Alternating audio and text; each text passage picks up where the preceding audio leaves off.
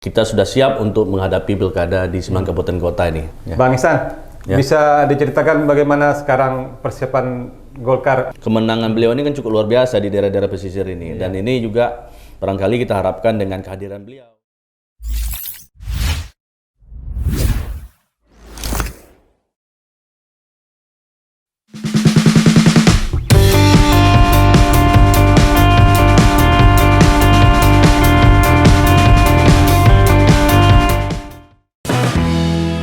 Halo Tribuners, jumpa lagi dengan saya Hafiz di program Ngopi Ngobrol Politik. Masih membahas putar pilkada. Saat ini bersama saya sudah ada Bang Ihsan.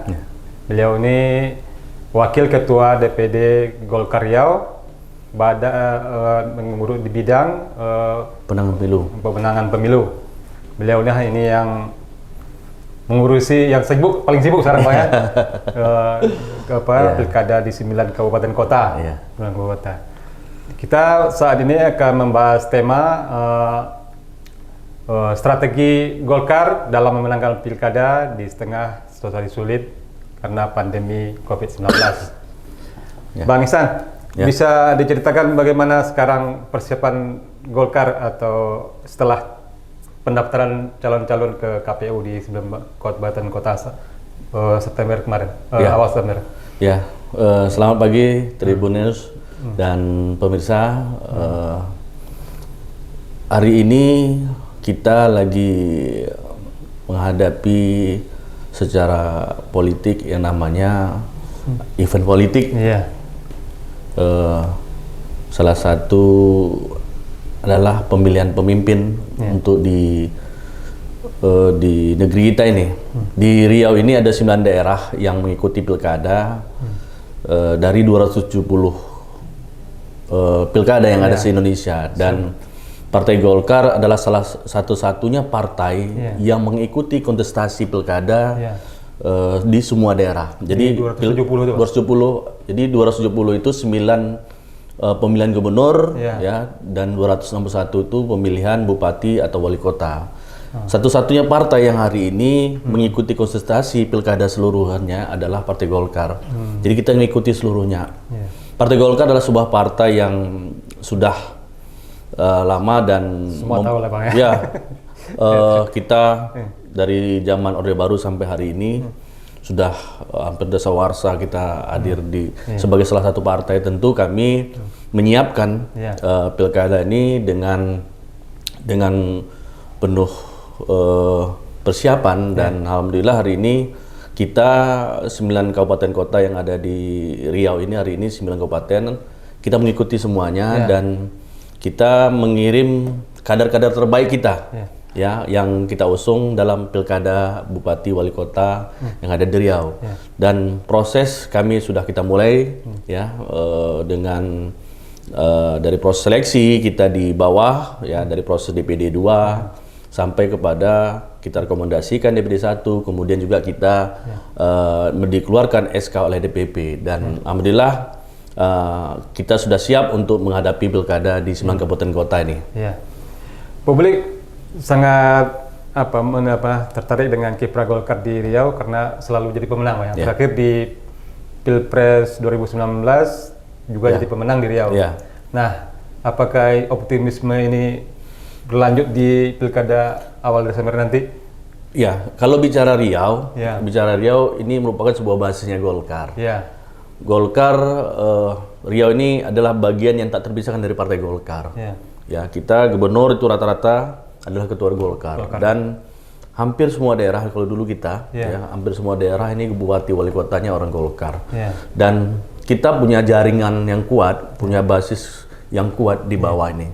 Termasuk juga kita punya kekuatan politik juga ada di ketua DPD kita Pak Samsuar. Nah, ini yang menjadi optimisme kita semakin kuat. Apalagi kita proses menjaring calon kepala daerah pemimpin di 9 kabupaten kota ini kita lakukan dengan proses seleksi yang luar biasa. Dari proses penjaringan sampai survei, dan termasuk juga masukan-masukan dari tokoh masyarakat. Dan ini menjadi sebuah kekuatan politik yang hari ini menjadi yang membuat kita lebih optimis. Apalagi Golkar ini kan mesin politiknya sini sudah mengakar sampai di tingkat grassroots. Kita ada PDPL, pengurus desa, pengurus kelurahan, kita ada pengurus kecamatan dan lengkap di seluruh Riau. Dan tinggal menggerakkan saja mesin-mesin politik kita, ditambah lagi figur dari calon yang kita usung, kemudian juga ditambah lagi figur ketua DPD kita, Pak Samsuar, sebagai salah satu pendongkrak suara. Dan barangkali ini optimis ini kami punya indikator-indikator juga. Jadi kami tentu di bagian pemenangan pemilu DPD Golkar, Partai Golkar Provinsi Riau, tentu optimis menghadapi pilkada di 9 kabupaten kota ini. Saya baca Pak Samsuar menargetkan menang minimal di 6 daerah katanya. Iya, benar.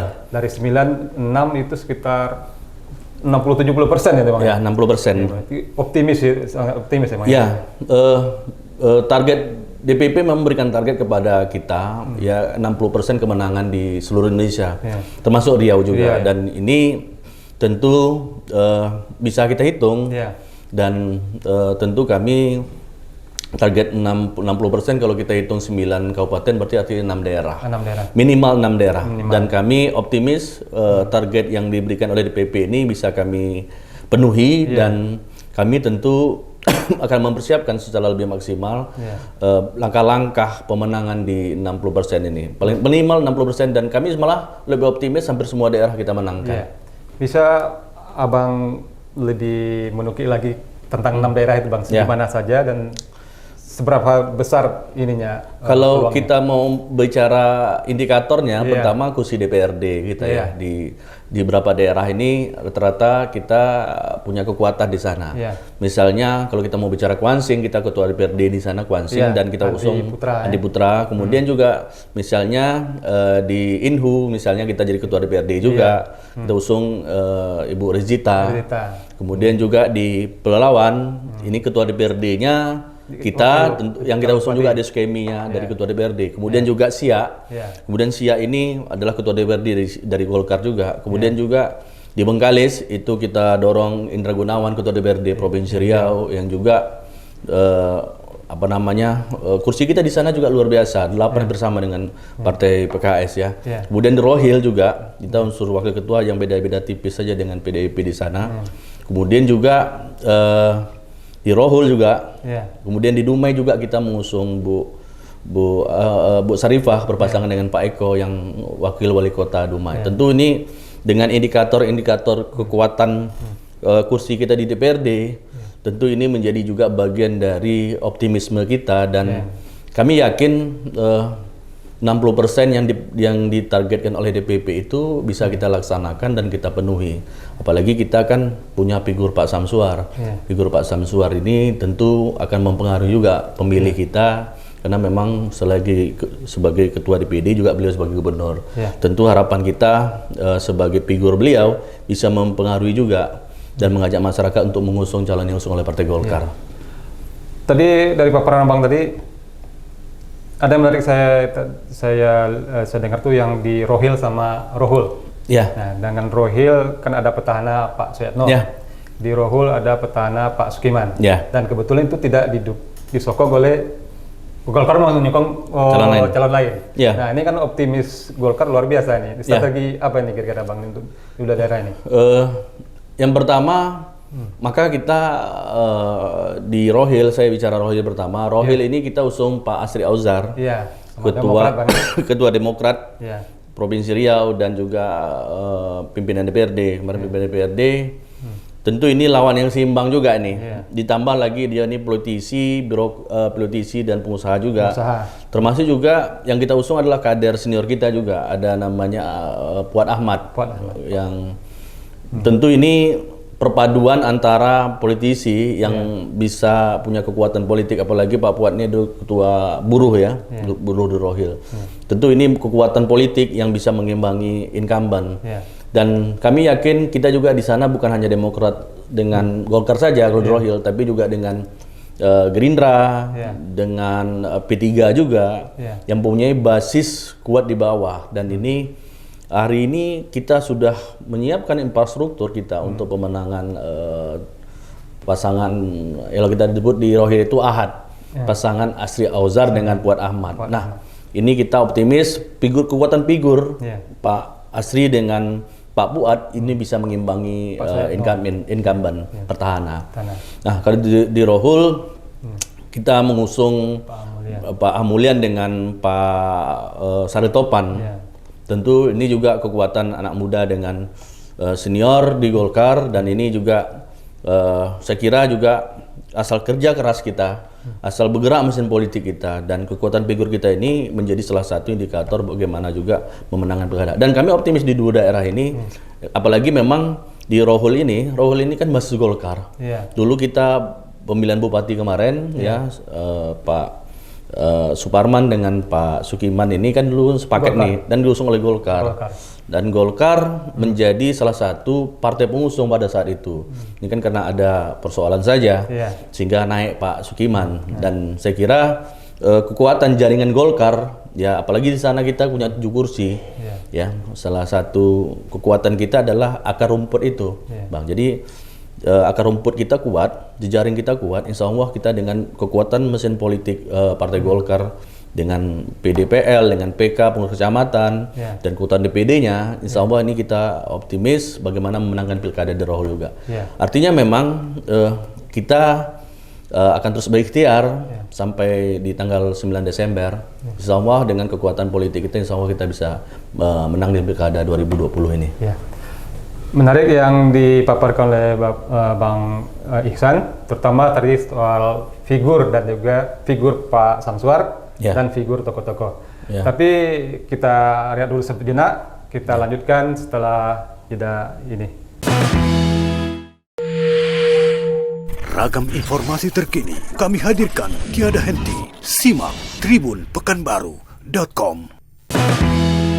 Halo Tribuners, kita lanjut lagi bincang-bincang dengan Bang Ihsan. Tapi sebelum itu, bincang-bincang ini bisa Tribuners ikuti di YouTube Tribun Pekanbaru Official, juga ada di Instagram kami dan juga di Facebook.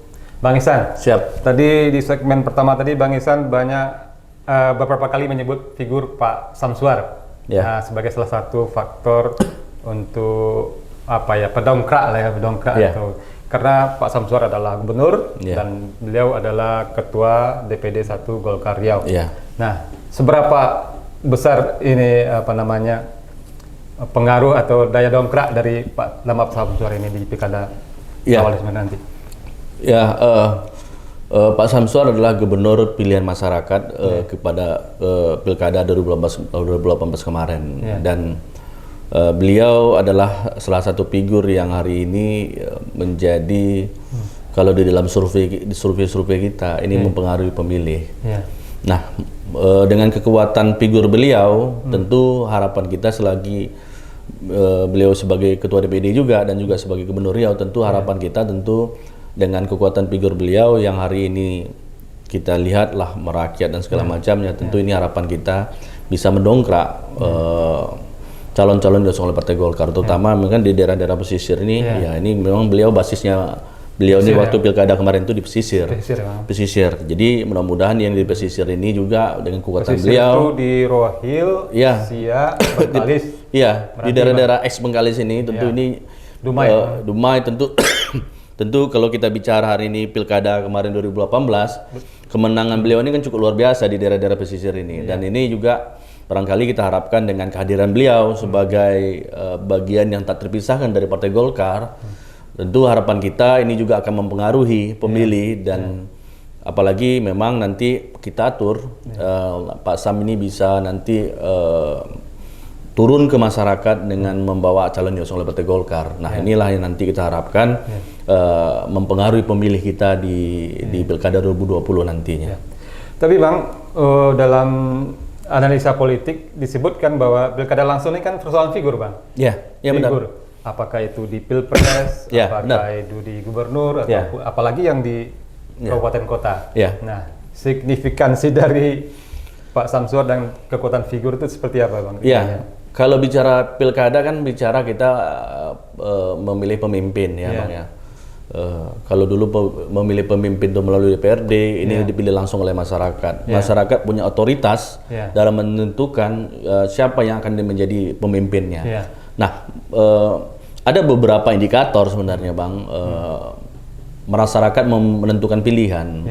Salah satunya dalam pilkada ini adalah menentukan itu dengan figur. Figur tentu mempengaruhi pilihan masyarakat tuh. Siapa yang dekat dengan masyarakat, siapa yang bisa memberikan visi dan misi yang baik untuk masyarakat, tentu ini akan dipilih oleh masyarakat itu sendiri. Oleh karena itu memang kita menyiapkan figur-figur yang punya kompetensi, punya kapasitas dan kapabilitas dalam memimpin daerah, ya termasuk juga kita menentukan siapa orang yang diusung oleh Partai Golkar itu, Bang, dengan proses yang mekanisme yang luar biasa, Bang. Apalagi kan sekarang ini Partai Golkar sudah melakukan transformasi politik, Bang. Hari ini kita Partai Golkar tidak ada namanya mahar-mahar politik itu, Bang. Tidak ada lagi, Bang. Tidak ada lagi. Saya mengikuti proses pilkada ini, menentukan calon diusung oleh Partai Golkar, Bang. Kita tidak ada satupun meminta duit kita untuk biaya kursi, itu tidak ada lagi. Nah, proses inilah yang membuat Golkar itu sudah berubah, Bang. Nah, transformasi politik Partai Golkar yang tidak tanpa mahar politik ini menjadi bagian dari, juga menjadi daya tarik figur-figur yang mau masuk Partai Golkar. Maka kemarin itu proses seleksi di Partai Golkar ini, Bang, banyak figur-figur tokoh-tokoh yang datang berharap dengan Partai Golkar, dan kita proses seleksinya kita mulai dari bawah sampai kita proses yang namanya survei. Nah, survei inilah yang indikator utama kita ketika kemarin menentukan pilihan. Semua disurvei, Bang. Jadi survei itu menentukan si A, si B, si C, kita survei, kemudian mana yang kira-kira menang, mana yang kira-kira punya kans untuk pemenang, tentu ini yang kita pilih kemarin tuh. Dan tentu dengan figur yang kita usung ini adalah prosesnya seleksinya lebih ketat, dan kita tentu harapan kita ini bekerja, figurnya sudah diputuskan oleh DPP dan akan dijalankan oleh seluruh kader Partai Golkar. Tentu ini harus bekerja dan datangi masyarakat, ya, sampaikan visi dan misi untuk masyarakat, sampaikan program kepada masyarakat. Mudah-mudahan dengan mesin politik Golkar yang sampai di tingkat grassroots ini, ditambah lagi figurnya Ketua DPD kita ini, figur yang kita usung ini, tentu ini juga bisa menjadi salah satu misalnya pilihan masyarakat di Pilkada 2020 ini. Dan terkait Pak Samsur juga, ini mungkin udah jadi pembicaraan umum ya di politik Riau dalam beberapa bulan terakhir, terkait sepak terjang Pak Samsur di Siak itu ya. Karena bagaimanapun Siak itu sejarahnya dengan Pak Samsur tuh nggak bisa dilepaskan, karena beliau 2 periode di sana, dan beliau terakhir berpasangan dengan Pak Al-Fedri. Nah, tapi sekarang berseberangan, berbeda pilih politik, bukan berseberangan, berbeda pilih politik. Dan Pak Samsur mengusung, karena sebagai ketua Golkar mengusung calon lain. Nah ini jadi sorotan dari publik. Nah, bagaimana Golkar menanggapi pembincangan ramai di tingkat tingkat perbincangan politik di Riau sepak terjang Pak Samsur ini? Kalau bicara politik ini kan bicara tentang persepsi, ya Bang ya, bicara tentang perspektif, sudut pandang dan segala macamnya. Persepsi ya. Artinya memang apa yang menjadi perbincangan masyarakat ini biasa-biasa saja dalam politik itu, Bang. Karena memang kadang-kadang kalau boleh saya bilang kan, kalau ndak panas nih ya, ndak politik namanya itu. Kalau ndak ini bukan politik namanya. Bagi kami Partai Golkar melihatnya biasa-biasa saja sih, Bang, sebenarnya, Bang. Dalam politik itu kadang berteman, kadang berlawan. Apalagi ini kan sebenarnya sebuah kompetisi, Bang, kompetisi dalam menentukan pemimpin, dan tentu ini otoritasnya adalah masyarakat, yang memilihkan masyarakat, Bang. Bagi kami tidak ada pertarungan Pak Samsur dengan Pak Al-Fedri, itu tidak ada. Bagi kita ini adalah proses kompetisi politik dalam menentukan pemimpin. Pak Samsur dengan Pak Al-Fedri pasti berteman baik dan segala macamnya. Beliau humble dengan semua orang juga, Bang, dan tidak ada persoalan bagi beliau, Bang. Bagi kami ini hanya pilihan yang harus kita ambil. Siapa figur yang kita usung, dan kita tentu melakukan proses yang namanya seleksi. Ada pendaftaran, pembukaan penjaringan dan segala macamnya. Kemudian juga ini kan yang kalau misalnya ada yang mau misalnya kami kan ini ada sistem bang, ada sistem yang kita pakai dalam menentukan pasangan calon dalam pilkada, dan sistem yang kita pakai ini sudah dibakukan dalam peraturan organisasi dan juga bang. Oleh karena itu bagi kami perbincangan masyarakat ini ya biasalah bang, dalam politik itu biasa saja. Ya hubungan hubungan pribadi tetap baik, ya hubungan keluargaan tetap baik, apalagi beliau ini kan 2 periode dengan beliau kan. Tapi kalau dalam politik itu biasa aja, pilihan aja ini bang. Pilihannya seperti apa, maunya apa, kemudian goalnya apa. Ya mungkin barangkali hari ini kita belum bisa bersama, ya nggak tahu nanti kedepannya seperti apa. Ya pada prinsipnya kita Golkar mengusung Pak Said Arif Padillah dan Mas Sujarwo.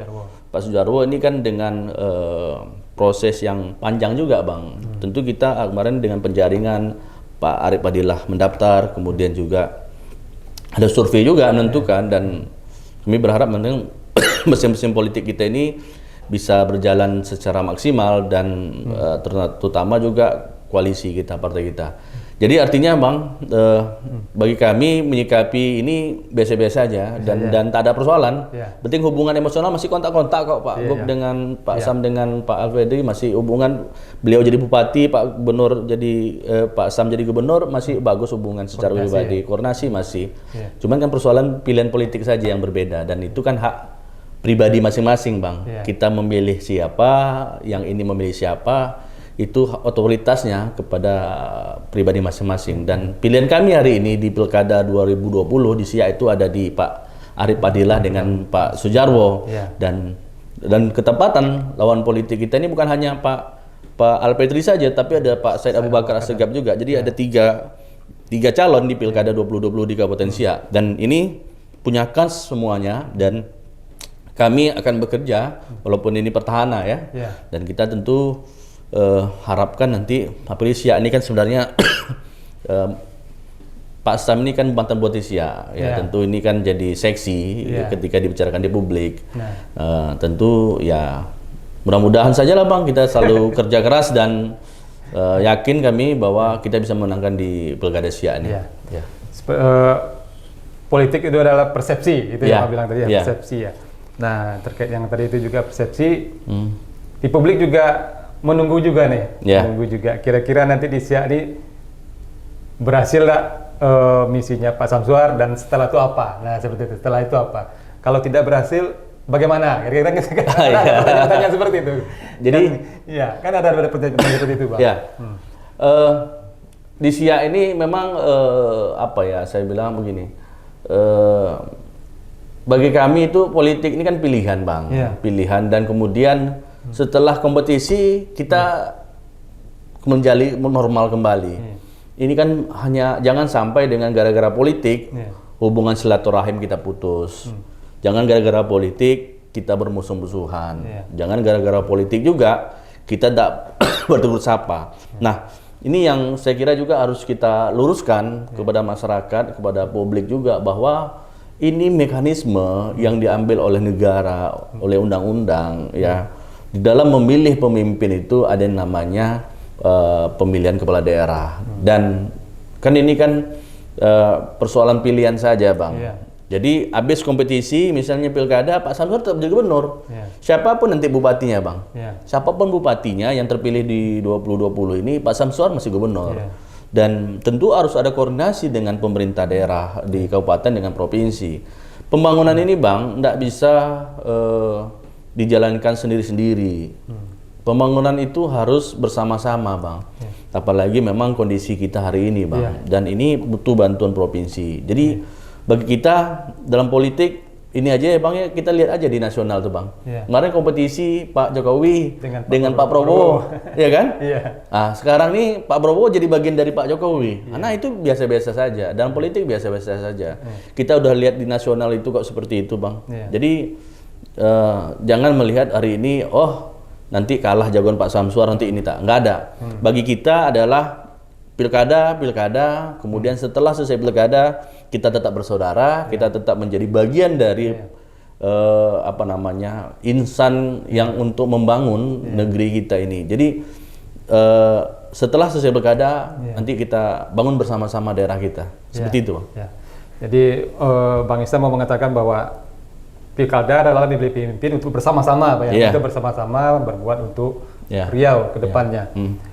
Kompetisi itu biasa, tapi setelah kompetisi tetap satu untuk Riau.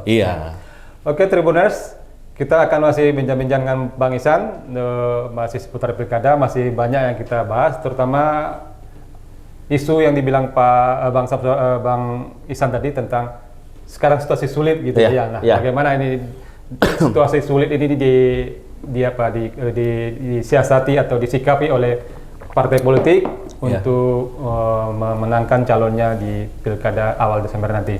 Kita simak setelah ini. Ragam informasi terkini kami hadirkan tiada henti. Simak tribunpekanbaru.com. Halo Tribuners, jumpa lagi. Kita masuk ke segmen ketiga, bincang-bincang ngopi, ngobrol politik bersama Bang Ihsan, Wakil Ketua DPD Golkar Riau, bidang pemenangan pemilu. Bang Ihsan, ini kan situasi lagi secara ekonomi sulit dan juga kita dari sisi kesehatan COVID-nya juga belum turun-turun, malah makin tambah. Benar. Jadi ada kesulitan tersendiri dan juga masyarakat itu secara umum lelah sebenarnya, Bang. Lelah, bukan hanya di mana-mana, bukan orang kaya juga susah, orang miskin apalagi gitu. Nah, seperti apa ini di lapangan yang Bang Ihsan lihat dalam proses pilkada kita ini? Yang pertama, Bang, pilkada 2020 ini agak berbeda dengan pilkada 2015, 2018. Seperti yang kemarin berbeda, karena memang kondisi kita hari ini pilkada yang dengan kondisi COVID-19 ini, dan ini menjadi bukan hanya Riau saja, tapi Indonesia juga. Nah, oleh karena itu memang tentu kita harus menyikapi ini dengan secara lebih arif, apalagi memang, Bang, pilkada 2020 ini kan kita harus sukseskan, Bang, kita harus sukseskan. Walaupun sebenarnya dengan kondisi hari ini tentu pemerintah yang mempunyai regulasi yang harus kita taati bersama, Bang. Oleh karena itu memang apalagi memang regulasi yang dibuat oleh KPU hari ini, Bang, terkait dengan pilkada sudah dibuat oleh KPU, tentu ini dengan harus kita taati bersama, baik itu pasangan calon maupun masa kita pemilih kita nih. Jangan sampai dengan pilkada ini menimbulkan persoalan baru, menjadi klaster baru terhadap penyebaran COVID-19 ini. Nah, yang terakhir itu ketua KPU-nya, Bang. Tentu jangan sampai ini menjadi klaster baru. Pemerintah sudah buat regulasi, kita harus memakai masker, kemudian juga kita harus distancing, physical distancing dan social distancing, Bang. Harus jaga jarak, kemudian juga harus cuci tangan. Apalagi kita Partai Golkar, Bang, hari ini kita sudah membuat satgas yang diisi oleh MPG dan KPPG. Jadi satgas tentang protokol kesehatan COVID-19. Di satgas inilah nanti kami buat, misalnya nanti dalam kampanye nanti, ini satgas ini nanti akan membuat sebuah aturan, nanti menjadi yang orang hadir ini harus memenuhi protokol kesehatan. Nah, nanti satgas inilah yang berfungsi mengatur tentang protokol kesehatan COVID-19 ini di kampanye Partai Golkar. Nah, kita salah satu strategi kita juga. Yang kedua juga, tentu ini tidak seperti yang kampanye seperti yang dulu, Bang. Kalau 2015, 2018, kita bisa menghadirkan massa yang banyak, kita bisa figur publik, artis segala macamnya, kita bisa undang seperti itu. Hari ini kan regulasi yang dibuat oleh KPU, misalnya PKPU itu mengatur tentang jumlah batasan massa yang hadir, 40% dari ruangan itu, Bang. Jadi misalnya ruangan itu ada 100, 40% dari kapasitas ruangan tadi itu ada sekitar 40 orang. 40 orang aja. Dan ini juga barangkali juga yang dengan masa yang sedikit ini tentu diharapkan nanti pasangan calon kita ini lebih kreatif, Bang, dalam menyampaikan visi dan misinya, termasuk program-programnya. Termasuk juga tim kita, tim koalisi partai kita tentu ini harus bisa melihat bahwa dengan kondisi hari ini tentu jaringan partai kita ini lebih kita efektifkan, sehingga memang bisa turun langsung kepada masyarakat. Dan kelebihan kami Bang Partai Golkar itu jejaring kita ini sampai 3 grassroots Bang, sehingga tinggal kita gerakkan mesin politik kita ini, PDPL kita, PK kita, ada nama Pokar juga Bang. Ini kita gerakkan ke bawah biar mereka bekerja. Tentu ini akan lebih efektif dengan kondisi hari ini. Nah, tentu ini kita harus penuhi protokol kesehatan yang sesuai dengan ketentuan yang sudah dibuat oleh KPU. Dan sekali lagi kami himbau juga kepada pasangan calon yang diusung oleh Partai Golkar, kemudian juga masa nanti yang diusung akan menghadiri kampanye Partai Golkar. Tentu kami harapkan nanti kita harus penuhi protokol kesehatan kita pakai masker, kita cuci tangan, kemudian juga kita harus physical distancing, kita menjaga jarak. Tentu ini yang kita sebut dengan 3M itu Bang. Apalagi memang Pak Ketum kami, Pak Erlangga, dia sebagai Ketua Komite Kebijakan ini juga. Dan tentu ada beberapa negara hari ini Bang. Kemarin kami baru rapat pertemuan dengan Ketum dan Ketua DPD, termasuk juga Ketua DPD yang ikut di Pilkada, ya Bang ya. Kita optimis Pilkada ini bisa berjalan aman, lancar dan sukses. Apalagi contoh ada kemarin di Korea Selatan Bang, pemilihan pileknya. Itu sukses kok Bang dalam kondisi Covid nih. Dan kita yakin asal memenuhi saja protokol kesehatan Covid-19 ini Bang, ini Pilkada bisa sukses. Dan tentu kita juga seluruh stakeholder baik juga partai politik, pasangan calon, termasuk juga masyarakat ini harus memenuhi lah yang namanya protokol kesehatan ini. Dan kalau kita misalnya patuh dan disiplin terhadap protokol kesehatan ini, insya Allah ini dengan situasi yang sulit ini kita juga masih bisa memilih pemimpin di tempat kita, di negeri kita ini.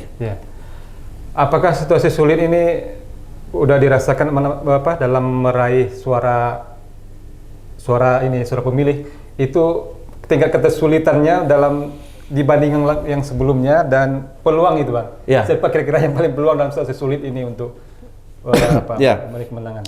Kalau mau bicara hari ini Bang, situasi hari ini memang seperti yang saya sampaikan.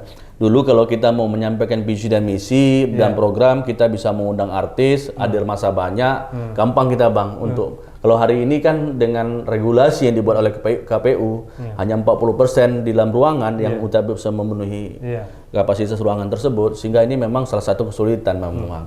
Dan tentu ini harus pandai-pandai kita Bang. Saya tidak mungkin menceritakan strategi. Kalau bicara strategi nanti dapur pandai-pandai itu tadi pandai-pandai. Tapi saya bisa memberikan gambaran umum Bang. Yang pertama, Golkar ini sudah tersedia jejaringnya Bang sampai ke tingkat dusun-dusun Bang. Artinya kalau paslon dengan tim kita, misalnya tim koalisi ini menggerakkan mesin politik, ini salah satu modal. Kemudian juga barangkali kita juga kan harus juga misalnya saya kira tadi gambaran umum saja itu Bang, mesin politik kita. Tapi kalau hal-hal detail, nanti kalau saya baca di sini nanti kita baca pula dengan pihak-pihak lain. Rahasia dapur.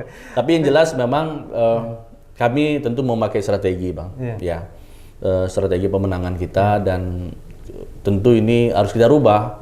Kalau pola-pola konservatif dulu Bang, kita menghadirkan massa yang banyak dengan undang artis, ini kita rubah. Kita harus sentuh masyarakat itu dari hati ke hati, itu ini salah satu cara kita juga.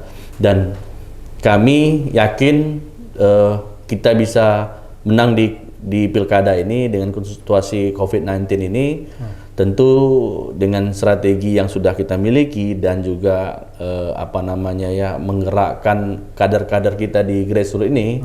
Dan saya kira ini salah satu juga indikator kenapa orang menggunakan perahu Partai Golkar ini dalam Pilkada 2020 ini Bang. Terkait petahana Bang Ihsan, ini kan Golkar juga ada beberapa mengusung petahana atau yang terkait dengan petahana kira-kira seperti itu. Nah, petahana dalam situasi Covid ini yang serba sulit itu katakan tadi itu masih diuntungkan Bang atau nggak luasa lagi seperti biasa? Saya kira begini Bang, di dalam Pilkada ini kan tentu sekarang ini petahana kalau sudah masuk nanti ditetapkan oleh KPU di tanggal 24, maka tentu secara administratif nanti beliau cuti kampanye. Cuti kampanye tentu tentu ya kalau pertahanan ini kan salah satu keuntungannya kan adalah jejaring bang, jejaring ya bang, ya. Tapi kita tahu bahwa memang kalau pertahanan ini kan bicara tentang apa yang sudah dibuat ya bang. Cuman 31 hari bang lagi bang masa waktu nanti setelah tanggal 24, 26 kampanye sampai tanggal 4 itu ada 71 hari. 71 hari ini harus dimanfaatkan oleh calon-calon yang berlawanan dengan pertahanan. Kalau kita bicara pertahanan ini kan sudah punya investasi dia bang. Ya selama berapa tahun ya dia sudah berbuat untuk masyarakat. Tetapi hari ini bang, masyarakat juga cerdas bang. Pemilih juga akan tahu ya mana yang menjadi pemimpin, mana yang betul-betul memimpin, mana yang bisa menjadi pelayan masyarakat itu. Nah, masyarakat yang menilai sendiri bagaimana sosok Pertahanan itu. Apakah Pertahanan ini layak lagi untuk dikembalikan menjadi bupati lagi atau diganti? Masyarakatlah punya otoritas itu sendiri. Dan kami lihat memang kenapa misalnya ada beberapa yang ya saya tidak bisa mempersepsikan masyarakat. Bagi kami ya memang ada investasi mereka, tapi juga masyarakat sudah cerdas apa yang sudah dibuat, apa yang belum dibuat. Dan tentu kami banyak juga ini yang berlawanan dengan Pertahanan. Bagi kami ya kita menjual figur kita, yang kita jual adalah program kita, visi dan misi dari calon kita. Dan kalau misalnya hari ini kami melihat misalnya di Rohil kita lawan Pertahanan, bahwa kami merasa bahwa ini saatnya misalnya merubah misalnya Rohil itu ke depan, termasuk juga beberapa daerah Siak dan segala macamnya. Ini banyak juga. Tapi bagi kami ada juga yang bersama, misal di Pelalawan kami wajib teruskan karena udah dibuat banyak yang dibuat oleh Pak Aris dan ini harus dilanjutkan. Dan bagi kami tentu punya strategi pemenangan bagaimana melawan Pertahanan dan juga bagaimana kita bersama Pertahanan.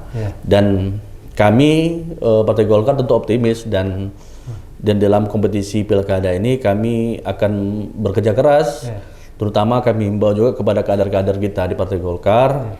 Ketika sudah diputuskan oleh DPP Partai Golkar, ketika sudah diputuskan siapa calon kepala daerah oleh DPP Partai Golkar, maka wajib patuh dan taat serta loyal. Kader kita wajib patuh dan taat loyal untuk memenangkan bersama masyarakat, untuk memenangkan calon yang diusung oleh Partai Golkar. Jadi ini sebagai kita ada sebuah kewajiban seluruh kader Partai Golkar untuk memenangkan calon yang diusung oleh Partai Golkar. Tadi ada kata-kata dari Bang tuh, pemilih sekarang udah cerdas. Nah, pernyataan Abang ini apakah ada indikatornya seperti pernah disuplai atau pengalaman saja atau seperti apa, Bang? Karena ini kan suatu, kalau dari orang politik yang ngomong seperti itu kan suatu kabar gembira sebenarnya, Bang. Jadi Bang, saya tentu menyampaikan pemilih ini sudah cerdas, Bang. Perilaku pemilih hari ini sudah berubah. Kalau kita boleh survei dulu di tahun 2018 itu masyarakat itu menentukan pilihan dengan cara-cara money politik itu lebih kurang sekitar 10% Bang. 10% Bang. Artinya pengaruh daripada duit dan segala macam ini, sembako segala macam ini masih sekitar 10%. Tapi alhamdulillah hari ini Bang sudah mulai menurun, sudah mulai menurun pilihan masyarakat itu karena itu. Tetapi barangkali juga ini dengan pemilih yang sudah jelas hari ini kita harus pandai lah, misalnya harus sampaikan program-program visi dan misi dan segala macamnya. Dan ini menjadi juga kekuatan bagi Partai Golkar, karena Partai Golkar itu kaya dengan argumentasi, kaya dengan dinamika dan kaya dengan semacam program dan segala macamnya. Nah, inilah nanti yang kita jual kepada masyarakat. Dan kami harapkan calon-calon kita yang kita usung nanti ini sampaikan visi dan misi yang baik dan juga dekati masyarakat. Dan tentu harapan kami nanti masyarakat bisa memilih Partai Golkar, memilih calon yang diusung oleh Partai Golkar ini melihat dari program dan segala macamnya. Tadi kita ada ngobrol panjang Bang soal figur, soal gimana strategi Golkar. Nah sekarang saya mau tanya seperti ini Bang, pemimpin seperti apa sih sebenarnya yang kini kita mau menghasilkan pemimpin, mencari pemimpin Bang ya? Karena terkait dengan kondisi Riau, Bang ya. Kan kita kenal Riau ini kaya. Kaya. Selalu orang bilang kaya minyak, perkebunan. Itu dua indikator yang sering orang sebut. Tapi sekarang celakanya dua hal itu mulai dipertanyakan, terutama yang minyak udah pasti ya, udah mulai berkurang. kemudian hasil perkebunan sering naik turun kan Pak. Iya. Ada ketika mahal mungkin ekonomi bergairah, tapi seringnya malah turun seperti harga karet sekarang yang enggak. Nah, seperti apa sih sebenarnya Pak dari Golkar dalam menyiapkan pemimpin masa depannya untuk Riau nih Pak, untuk seperti apa untuk membangkitkan Riau lagi? Riau ini kaya dengan sumber daya alam. Riau ini kalau istilah kata orang Jakarta melihatnya kan minyak di atas, minyak di bawah, minyak di bawah, minyak di atas. Jadi kekaya dengan itu. Tetapi hari ini kan kita tidak bisa lagi berharap dengan sumber daya alam kita yang luar biasa seperti itu, Bang. Apalagi hari ini harga minyak turun, kemudian harga sawit juga nggak menentu, dan hampir rata-rata masyarakat kita ini adalah masyarakat petani sawit dan segala macamnya. Oleh karena itu memang diharapkan pemimpin kita harus punya terobosan, Bang. Punya visi terkait dengan pembangunan Riau ke depan. Jangan lagi kita bertopang kepada sumber daya alam kita saja, Bang. Tetapi juga kita harus meningkatkan yang namanya SDM, meningkatkan sumber daya manusia yang ada. Apalagi kita kan bonus demografi ini kan luar biasa Riau nih, Bang. Dan ini juga harus disikapi oleh pemimpin ke depannya. Oleh karena itu harapan kami pemimpin Riau ke depan nih dari baik bupati dan wali kota yang akan ikut pilkada ini juga harus memperhatikan yang namanya bidang pendidikan dan segala macamnya, Bang. Harapan kami ke depan tentu pemimpin kita ini bisa menimbulkan SDM-SDM yang baik, dan kemudian juga barangkali tidak berharap lagi, Bang, kepada proses yang namanya sumber daya alam kita saja, Bang. Harus buat terobosan-terobosan investasi yang hadir di Riau. Kemudian juga misalnya dengan kondisi hari ini harus ditingkatkan kreativitas daripada birokrasi kita, termasuk juga pada bagaimana meningkatkan misalnya entrepreneur di masyarakat itu, Bang, jiwa-jiwa usaha. Apalagi kita sebenarnya banyak potensi kok, Bang. Banyak potensi alam kita, Bang, selain sumber daya minyak dan segala macamnya. Tinggal kita menggerakkan aja, Bang, sektor ekonomi mikro itu, Bang. Dan itu yang diharapkan nanti timbul misalnya ekonomi baru. Sebenarnya kita punya potensi-potensi alam yang bisa kita manfaatkan sebagai bagian dari upaya kita untuk meningkatkan ekonomi masyarakat. Nah, sekarang ini mampu enggak? Mampu tidak pemimpin kita ini lihat potensi itu? Mampu enggak bupati wali kota kita ini membaca peluang itu, Bang? Nah, kalau mereka mampu dan melihat ini sebagai sebuah peluang, insya Allah kita tidak bergantung lagi yang namanya sumber daya alam tadi, Bang. Ya, tidak kita lagi misalnya harus menomorsatukan ada minyak, ada sawit dan segala macamnya. Tapi kalau kita bisa menggerakkan masyarakat tadi dengan menggerakkan ekonomi mikro yang ada di kelompok-kelompok masyarakat, saya yakin dan percaya ini pemimpin bupati wali kota, pemimpin nanti di pilkada 2020 ini akan menjadi berhasil. Dan kami sudah sampaikan kepada calon-calon kepala daerah kita yang diusung oleh Partai Golkar, apalagi Pak Gubernur sampaikan bahwa Pak Ketua kita Pak Samsur sampaikan ini harus bisa membaca peluang ini. Ketika kita waktu mereka misalnya mendaftar calon, kita minta visi dan misi mereka juga seperti apa. Dan alhamdulillah kami melihat bahwa calon-calon diusung Partai Golkar ini ada arahnya ke sana, Bang. Jadi pemimpin harus berani, visioner, dan juga harus bisa membuat terobosan. Jangan lagi berharap kepada sumber daya alam. Kalau kita berharap sumber daya alam, Bang, ya begini-ginilah nanti daerah kita ini, Bang. Dan kita harapkan nanti bupati-bupati dan wali kota nanti terpilih mampu menciptakanlah masyarakat yang sejahtera, lapangan kerja, kemudian juga pendidikan dan segala macamnya. Dan harapan masyarakat ini cuma apa, Bang? Yang diharapkan masyarakat ini pertama adalah bagaimana sebagai pemimpin, sebagai leader mampu menjadi jembatan, menjadi sebagai orang yang bisa menaungi, sebagai orang tua lah. Pemimpin ini kan kalau boleh kita ibaratkan sebagai orang tuanya masyarakat. Yang paling tidak kesejahteraan masyarakat ini tingkatkan, tidak ada lagi korupsi, tidak ada lagi misalnya yang hal-hal yang negatif itu. Masyarakat ini hari ini sudah cerdas.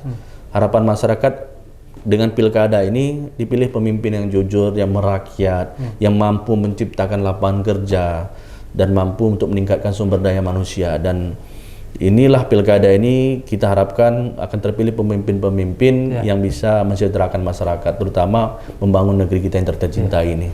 Ya, semoga saja, Bang, di pilkada 2020 nanti itu yang hadir di Riau. Amin.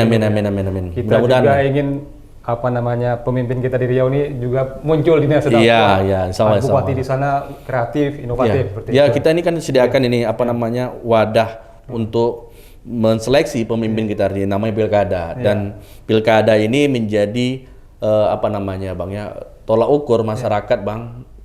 Dan ini menjadi masyarakat untuk mengganti atau melanjutkan pembangunan itu. Ya, masyarakatlah hari ini punya otoritas dan masyarakatlah menentukan hari ini. Ini kita mudah-mudahan pilkada kita ini berjalan aman, lancar, dan mudah-mudahan juga COVID-19 ini cepat berakhir, Bang. Dan masyarakat bisa kembali kehidupan normal, ekonomi kita juga normal. Dan mudah-mudahan pemimpin nanti yang terpilih nanti bisa mensejahterakan masyarakat, dan harapan kita seluruh masyarakat ya kita ikuti protokol kesehatan, dan ya kita ini kompetisi pilkada ini harus berjalan riang. Saya bilang jangan nanti ini ketika politik kita tidak bertegur sapa, silaturahim harus tetap. Ya, dalam kompetisi biasa ada menang dan kalah. Kira-kira seperti itu, Bang. Kehidupan akan tetap berjalan. Tetap berjalan, ya, Bang. Ya. Terima kasih, Bang Ihsan. Sudah banyak kita bincang hari ini. Dan semoga seperti harapan-harapan Bang Ihsan bilang tadi itu akan terwujud. Di awal Desember ini nanti kita sama-sama memilih pemimpin di 9 kabupaten kota. Amin. Tribuners, itulah bincang-bincang kita dengan Bang Ihsan, Wakil Ketua DPD Golkar Riau, Badan Pemenang Pemilu. Bisa diikuti bincang-bincang kami di Tribun Pekanbaru Official di YouTube, dan ada juga di Facebook dan juga di Instagram. Terima kasih. Sampai jumpa lagi di program ngopi berikutnya minggu depan. Ragam informasi terkini kami hadirkan tiada henti. Simak tribunpekanbaru.com.